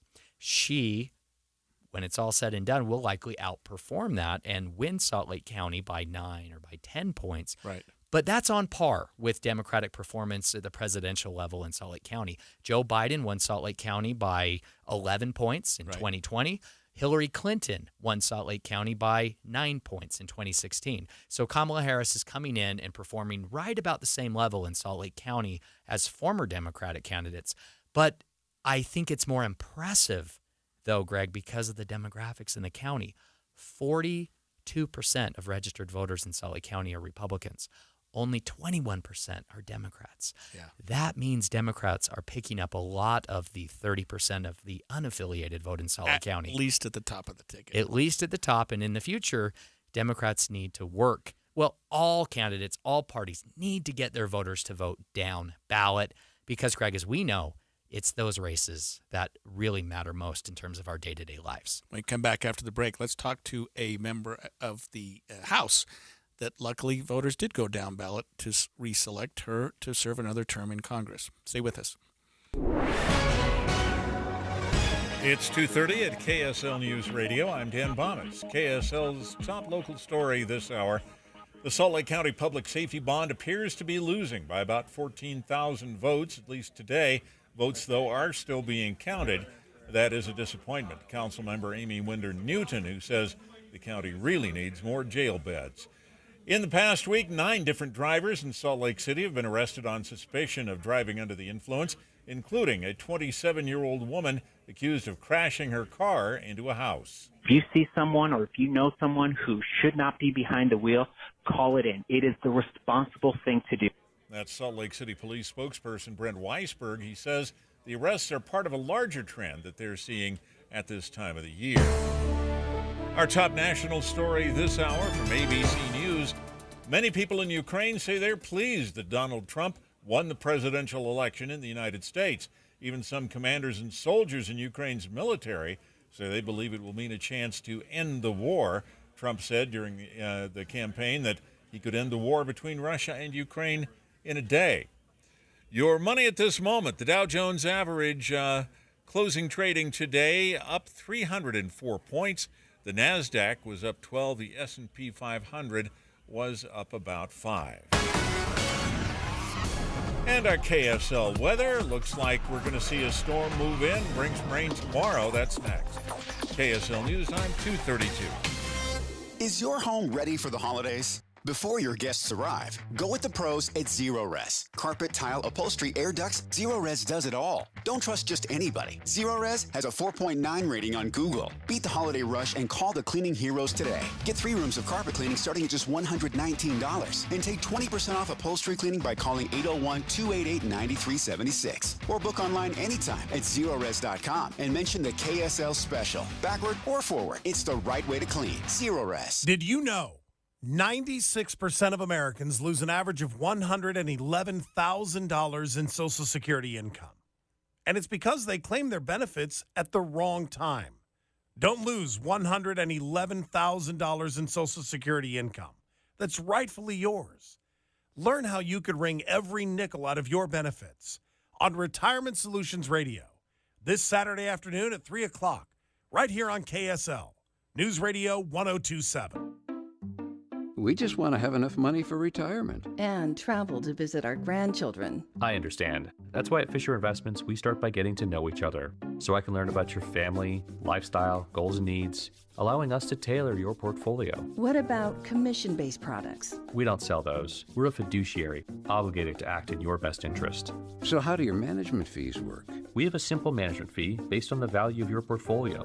So we do better when you do better. We appreciate that kind of transparency. We also check in with you regularly to keep you up to date on the markets and your portfolio. Well, what other services do you offer? As a client, you have access to resources on investing, financial planning, estate planning, Social Security, Medicare, and more. Wow, sounds like Fisher Investments has everything we need. At Fisher Investments, we're clearly different. Learn more at FisherInvestments.com. Investing in securities involves the risk of loss. It's a priority for us at this station to bring you all sides of a story and to talk about the news fairly, completely. Get all the facts and be really aware. Utah's Morning News with us, Tim and Amanda. Weekday mornings 5 to 9 on KSL News Radio. Traffic and weather together, brought to you by Sinclair's Dino Pay app. Save up to 20 cents per gallon. Here's Ricky Meese. We've had a vehicle fire in Utah County northbound I-15 a couple of miles prior to the Pleasant Grove exit. So you are going to see some heavy and slow traffic moving northbound I-15 through Linden. But the rest of your Valley freeways are seeing a good drive with no other problems. Ricky Meese in the KSL Traffic Center. Today's warm weather turns cold tomorrow, a 43 for a high with rain showers, mostly drying in the 50s through the rest of the week. 70 degrees and sunny right now. I'm Dan Bonas from the KSL Common Spirit Health Studios. Listen online at kslnewsradio.com. We're Utah's news, traffic, and weather station. Inside Sources. Inside Sources. A new presidency, new state leaders, and a new legislative session. Utah's top political experts discuss the day's biggest stories. Only on KSL News Radio. Welcome back to Inside Sources. This is Taylor Morgan here with Greg Skordas. Greg, so much is new. I am personally very excited about the current timeline politically, everything happening here in Utah. Of course, Donald Trump has won re-election. Is that the way you would say that? He's won re-election even though he wasn't the incumbent? Am I getting that right, Greg? How else would you say that? I don't know. I guess that's how you say it. Although I was surprised when they said he was the 45th president and he's also the 47th president. You think he's the 45th again? You know what I mean? Like he wasn't.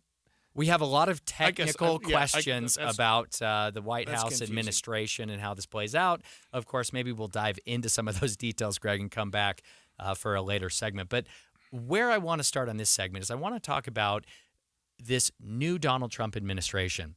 Also, we have new legislative leaders on Utah's Capitol Hill. We know that, of course, both the Utah House and the Utah Senate elected new leadership teams this last week. We spoke earlier with Speaker Mike Schultz, who was reelected to be Speaker of Utah's House of Representatives. We also have a congressional delegation representing Utah in the U.S. House. Of course, every member was reelected. But one new member elected. That's right. We have one new member. Of course, you're speaking of John Curtis. Well, two new members. Yeah, I'm speaking of Congress, right. Okay, Mike Kennedy. Mike Kennedy gets elected, and actually he does very, very well. Yeah, that's to take right. John Curtis's place, who was elected to take Mitt Romney's place in the Senate and did very, very well. That's right. One of the things that I am thinking a lot about that has been on my mind over the last week, Greg, since Election Day, has been how do Utah's congressional leaders best position their influence and their relationship with the White House to get things done for Utah.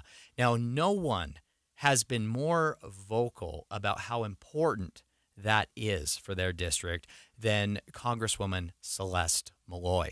Congresswoman Malloy fought through a challenging special election to win election. Then she was recently reelected by Republicans in a primary and then, of course, won election again last week in the general election. She has really fought hard. She's been on the ground. She regularly comes into studio at KSL at night. And she joins us. And so I'm thrilled, again, to be joined on the line here for KSL Inside Sources by Congresswoman Celeste Malloy. Congresswoman, tell us, what do you hope to accomplish for the residents of your district with this new Donald Trump White House and with a Congress that, at least right now, looks to be controlled by Republicans in both chambers? Well, I have a really simple answer to that question, but if we can do it, it'll have really widespread consequences. I'm really focused on rolling back a lot of the overregulation we have. We have a bloated, bureaucratic, administrative state that is expensive and inefficient and is costing us time and money in doing the things that we need to be doing as a nation. And if we could roll a lot of that back, trim it down, simplify it, get agencies doing the things they were created to do and not doing the things that are outside of their scope, I think Americans would enjoy a lot more personal freedoms, and I think our state and local governments would be able to get a lot more things done. So it sounds like an easy answer, but it would really impact just about everything we do. Representative Malloy, tell us about some specific agencies that you're concerned about. And I don't mean to call out any individuals or anything like that, obviously, but what part of government are we over-regulating right now? Or maybe everything, but what are some specifics that you're thinking need to be dialed back? Honestly, it really is everything. One of the easiest things to explain, though, is when we're talking about infrastructure. So I have experience working with local governments on trying to build roads. And especially because Utah is a public land state, in order to build a road, you usually have to get a permit from at least 3 or 4 different federal agencies. So if it's going to go across public land, which a lot of our roads do, then you've got to work with that agency. If there's a wash or a low spot or a wet spot, then you're going to be working with EPA and the Army Corps of Engineers on waters of the U.S. And then you're probably working with the U.S. Department of Transportation or the Railway Administration or a combination of those. And they all have their own permitting requirements, and they all have their own timelines, and they all have their own hoops they have to jump through. And if you're working with any federal agency, then you have to do a NEPA analysis, the National Environmental Policy Act, and you may be doing an environmental impact statement, and those take a lot of years and a lot of money. And so the example I always use is, what started off as a $40 million bridge might take 10 or 15 years to get permitted, and it might end up being a $160 million bridge, but we're probably going to build the exact same bridge. And that's ridiculous. We know how to build bridges. The engineering is old science, and even the environmental considerations, we've been doing it for a long time. We know how to do it in a lot less time, a lot more efficiently, and a lot cheaper than what we're doing. But we just have too many different overlapping regulations, and it's time to simplify that. That is music to my ears, Congresswoman. I'll tell you what, I love to hike and recreate on oftentimes public land, federal land, and getting a permit to go hike in a canyon is hard enough. I can't imagine dealing with some of the hoops you're talking about. But I want to ask you, Congresswoman, about the Trump tax cuts. We had some news that broke earlier today. We saw that the Trump administration had indeed prioritized extending those tax cuts. Can you tell us what is your perspective on that from Congress? Yeah, I am probably the wrong member of the Utah delegation to be talking to about that, because Blake Moore is on the Ways and Means Committee, and if you can hear my phone ringing in my car, that's actually him calling me, so I should have just asked him. Pick it up and put him on, Representative. There you go. 2 for 1. Nothing like getting put on the spot by your colleagues. Seriously. But this is something I know we've been working on the House side and the Senate side for already over a year. We know those tax cuts are about to expire, and I want to see them renewed. We need Americans to be keeping more of their money in their pockets. We need to simplify government and make it cheaper so that we're not taking as much money out of Americans' pockets, spending it inefficiently, and then telling them they're welcome when they get a few cents of it back. So that's something that I think is going to be very high on the priority list for Congress, and obviously it's going to be high on the priority list for the new administration. So in a close Congress like we're about to have, we're going to have to really focus on the things that have widespread appeal that we can do quickly with a lot of support. And obviously the border is one of those things.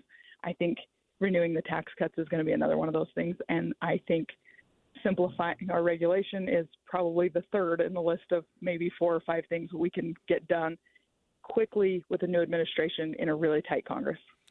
Representative, the current Congress isn't quite through with its business, and the new representatives will come in about 60 days. What does the lame duck Congress look like? What do you think is going to happen in the next month or so?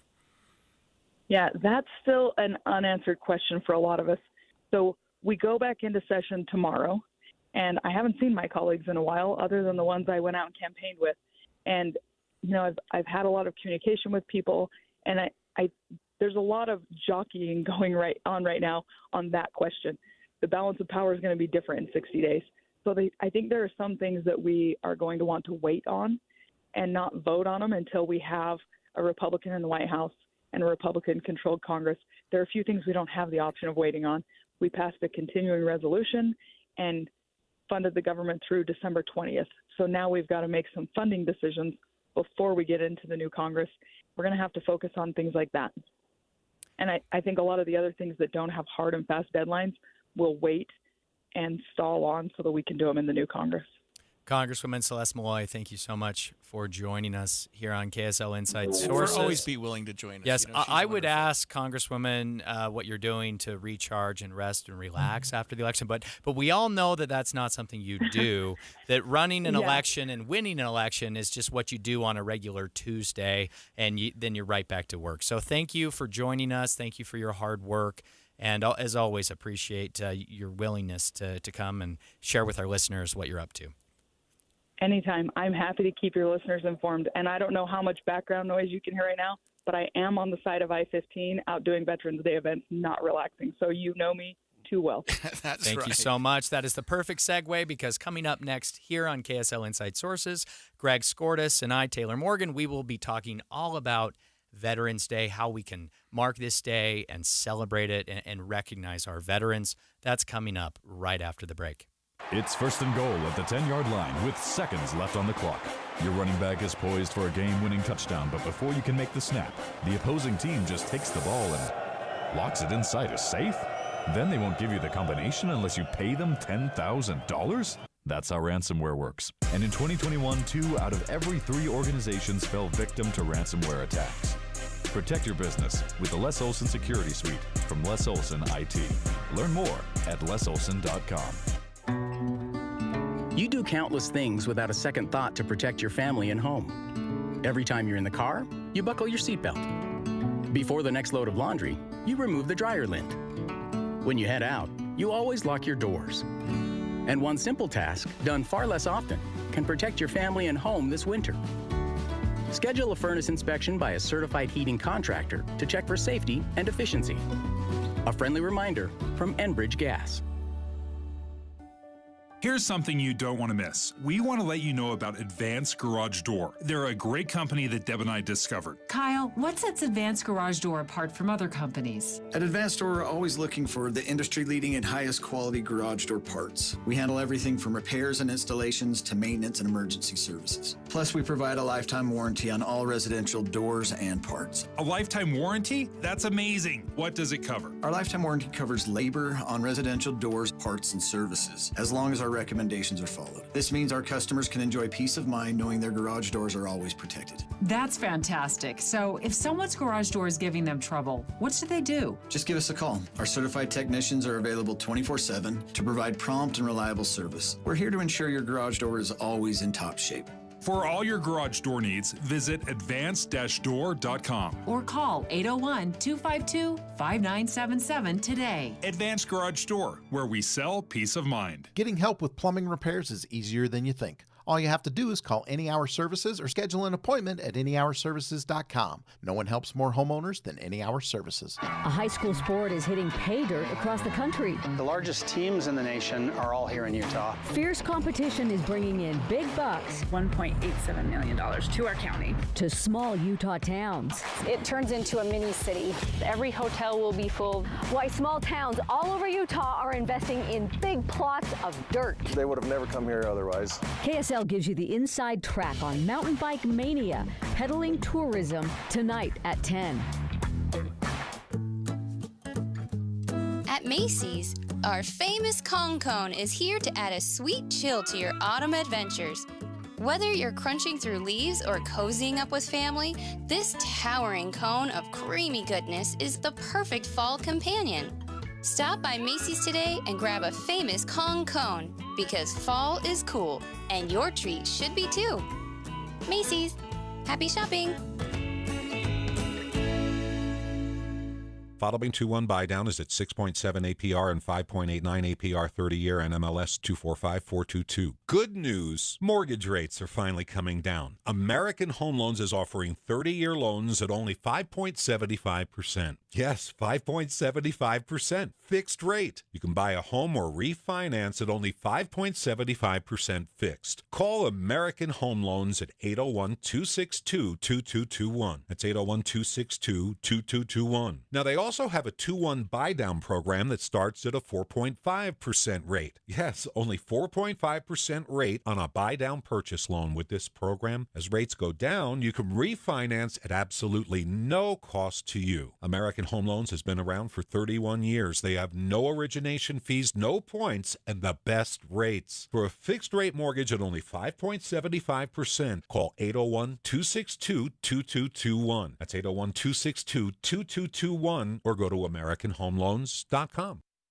Mom and Dad used to argue about everything, especially about Dad's drinking. My family went from totally crazy to quiet, calm, and even peaceful when Mom started going to Al-Anon family groups. I wanted a better relationship with Dad, so I asked Mom if she would take me to her Al-Anon meetings or to Alateen. I'm sure glad I did. If someone's drinking troubling you, you might be surprised at what you can learn in an Al-Anon or Alateen family group from people just like you. Call 1-888-4-ALANON or go to alanon.org. With the 3 things you need to know this hour, I'm Dan Bomas. First, as more votes are counted from last week's election, Salt Lake County's public safety bond appears to be on its way to defeat.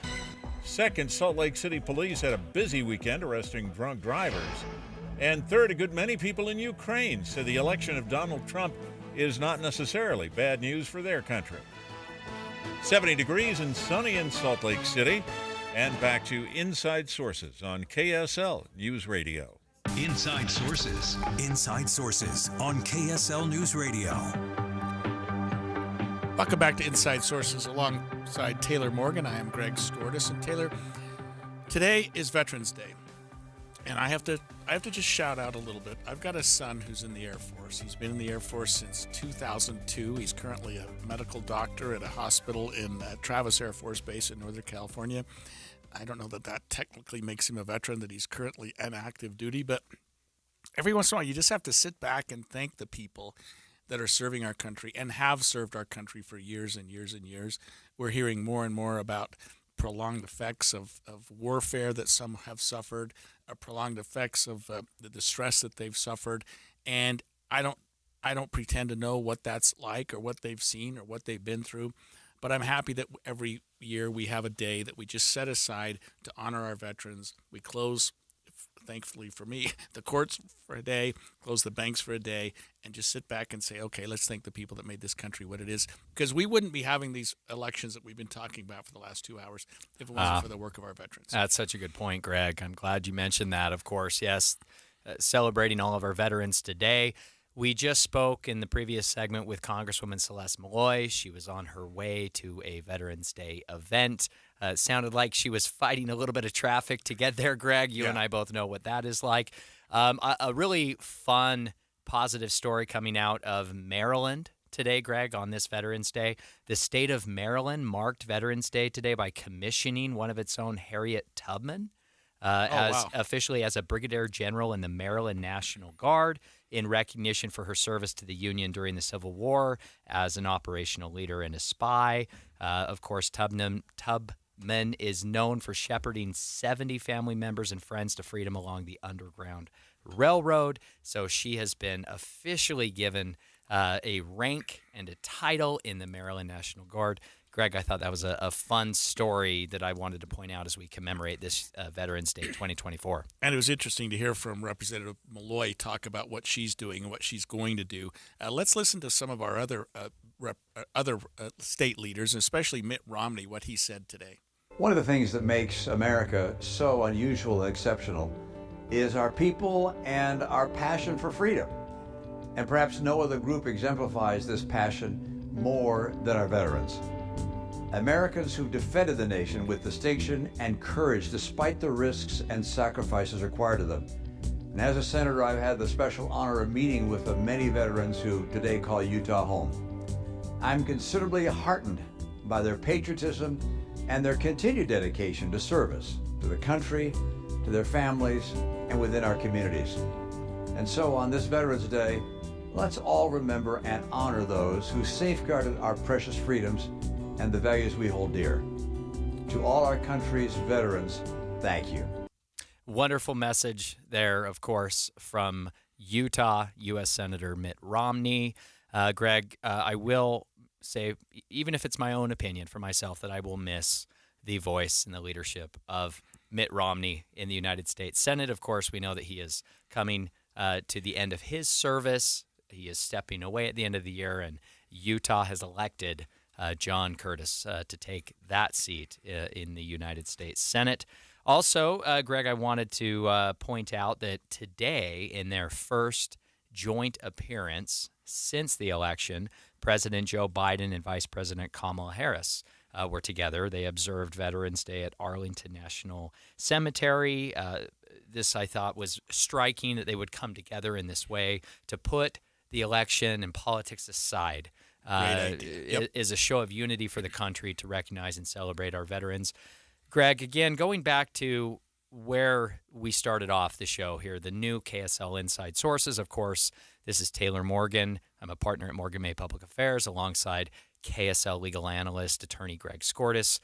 Greg and myself and other KSL at Night hosts will now be stepping in here on KSL Inside Sources to host this show following the departure of Boyd Matheson. Greg, coming together in unity in our country right now is, I think, paramount. And we are really seeing that happen. Am I just looking at this through rosy glasses, Greg? Maybe maybe just because I'm a Republican and I'm happy with the outcome, or is this really happening?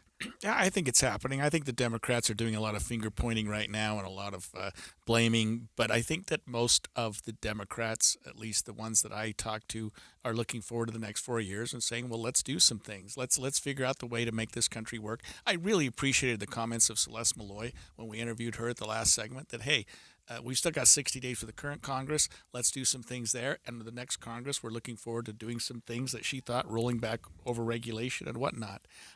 Back to Veterans Day a little bit.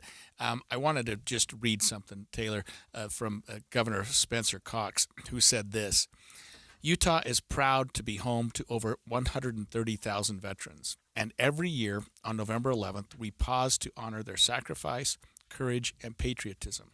Thank you for defending our freedoms. May God bless you, the great state of Utah, and the United States of America. Salt Lake City Mayor Aaron Mendenhall. Today, I'm reflecting on the profound impact veterans have had on our lives. Because of their sacrifices and dedication, we live in a city and a country where freedom and security are a reality. Thank you to every veteran here and across this great nation. Salt Lake City is proud to stand with you and call you our own. Good for them. Yes, good for them. I want to read a statement from President Joe Biden that he shared today at Arlington National Cemetery. President Biden said, "This is the last time I will stand here at Arlington as Commander-in-Chief. It's been the greatest honor of my life to lead you, to serve you, to care for you, to defend you, just as you have defended us. The world is dependent on each of you and all of you, to keep honoring the women and men and the families who have borne the battle, to keep protecting everything they fought for, to keep striving to heal our nation's wounds, to keep perfecting our union." Those are the words of President Joe Biden today at Arlington National Cemetery. And you wonder, and we're digressing just a tiny bit here, Taylor, but what our military, what our country is going to do with the new administration as it relates to two major conflicts going on in the world right now, Ukraine and in the Middle East. And we have such a proud legacy in this country of veterans standing up and standing in and going to bat for other countries when they're downtrodden. And we've largely in this country tried to stay away from those two conflicts, at least in terms of what we call boots on the ground. But there has been some effort to support through NATO, through whatever, these various conflicts. I mean, and I know this is getting a little far afield here, but where do you think we're going on those in the next administration? Oh, Greg, I'm not even going to make a guess on that, but I do think it is a fair point, and I'm glad you bring it up. I will maybe wrap the show with this thought, Greg, and that is that the American experiment is messy. Politics is messy. Sometimes it has been ugly, and it can be ugly. However, I think right now in America, we are all breathing a collective sigh of relief. Even if you don't like the outcome of the elections, we right now are set for a peaceful transition of power. We have new leadership at many levels of government now that is going to forge ahead and take us into the future.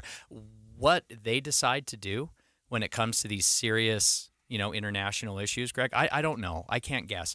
But what I will say is that America is strong today.